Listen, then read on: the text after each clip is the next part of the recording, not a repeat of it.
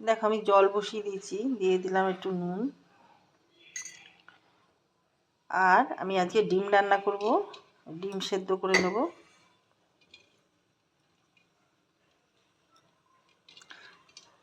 নুন দিলে ডিমের খোসাগুলো খুব ভালো মতনভাবে বেরিয়ে আসে। দেখো ডিম সেদ্ধ হয়ে গেছে, তার সঙ্গে আমি কিছু কপি সেদ্ধ করে নিয়েছি অল্প করে। আর এখানে দিয়ে দিয়েছি পোস্ত আর তোমার গোটা গরম মশলা, এখানে কাঁচা লঙ্কা, আদা আর নারকেল নিয়ে নিয়েছি। আগে আমি পোস্ত পেস্ট করে নেব। পোস্ত এই ডিশটার মধ্যে একটু চিনি পেস্ট করেছিলাম, সেটা গায়ে লেগে রয়েছে। দেখো এবার দিয়ে দেবো ডিম।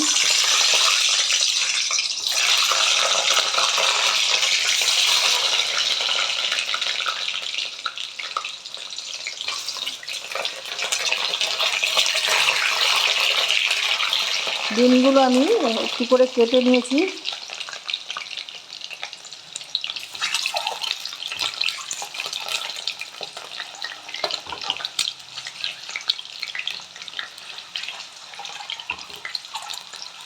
এভাবে ডিমগুলো ভেজে নেব, তারপরে কপিগুলো ভেজে নেব।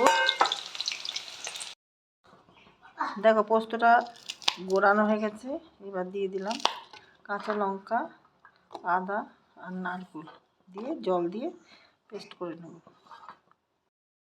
দেখো কড়াইয়ে আমি আবার তেলটা পাল্টে দিলাম।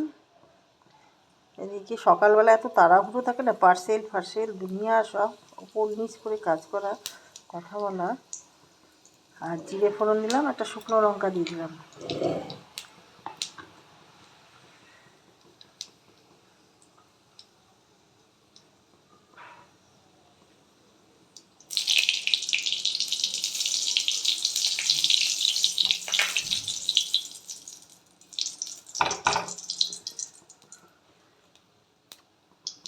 তেলটা কালো হয়ে গেছিলো, ওই জন্য তেলটা আমি পাল্টে দিলাম। এবার যে পেস্টটা করে রেখেছিলাম, নারকেল, পোস্ত, কাঁচা লঙ্কা, আদা দিয়ে এইটা দিয়ে দিলাম।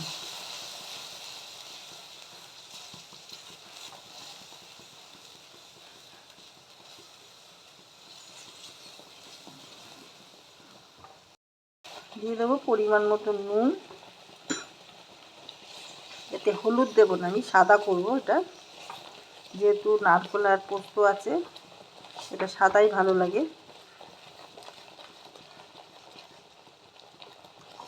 আর এর সঙ্গে কপিগুলো দিয়ে দিলাম।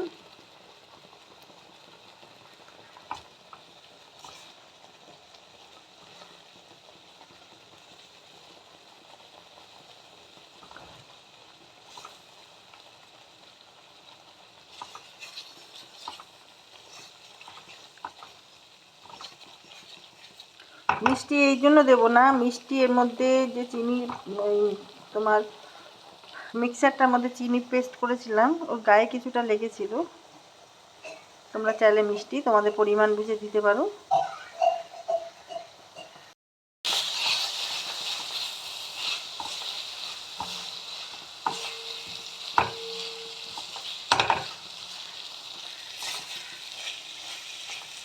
দেখো এটা কষানো হয়ে গেছে আমার। আমি এবার দিয়ে দেবো এর মধ্যে জল, মশলা ধোয়া জলটা। ওর মধ্যে অনেকটা মশলা লেগে রয়েছে, যার জন্য মশলা ধোয়া জলটা আমি দিয়ে দিলাম। এবার এর মধ্যে দেখো দিয়ে দেবো ডিমগুলো।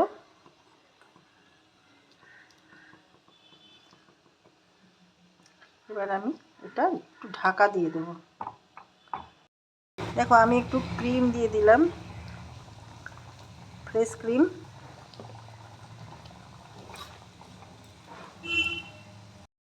দেখো আমি এইটুকুনি 1/4 ভাগ একটু লেবুর রস দিয়ে দিলাম, অল্প করে 2-4 ফোঁটা, যেটুকু রস ওর থেকে বেরোয়।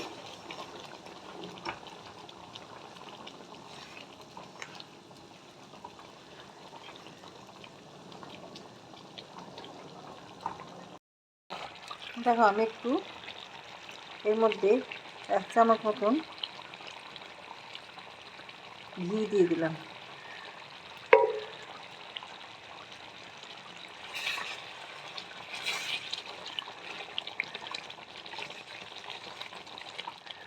রান্নাটা আমার হয়ে গেছে।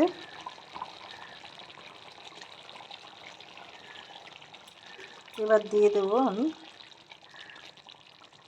ধনে পাতা আর কাঁচা লঙ্কা। ব্যাস, এবার আমি নামিয়ে ফেলবো। দেখো, ডিম পোস্ত আমার রেডি হয়ে গেছে। তোমাদের কার কীরকম লাগলো রেসিপিটা? এরকম গরম ভাতে খেতে ভীষণ ভালো লাগে। যদি ভালো লেগে থাকে তাহলে আমার ইউটিউব চ্যানেলটাকে সাবস্ক্রাইব করে দিও। আর যারা ফেসবুক থেকে দেখছো তারা আমার পেজটা ফলো করে দিও। যারা যারা ফলো করেছো বা আমাকে সাবস্ক্রাইব করেছো তাদেরকে অনেক অনেক ধন্যবাদ জানাই। লাইক শেয়ার কমেন্ট করে আমার পাশে থেকো, সাথে থেকো।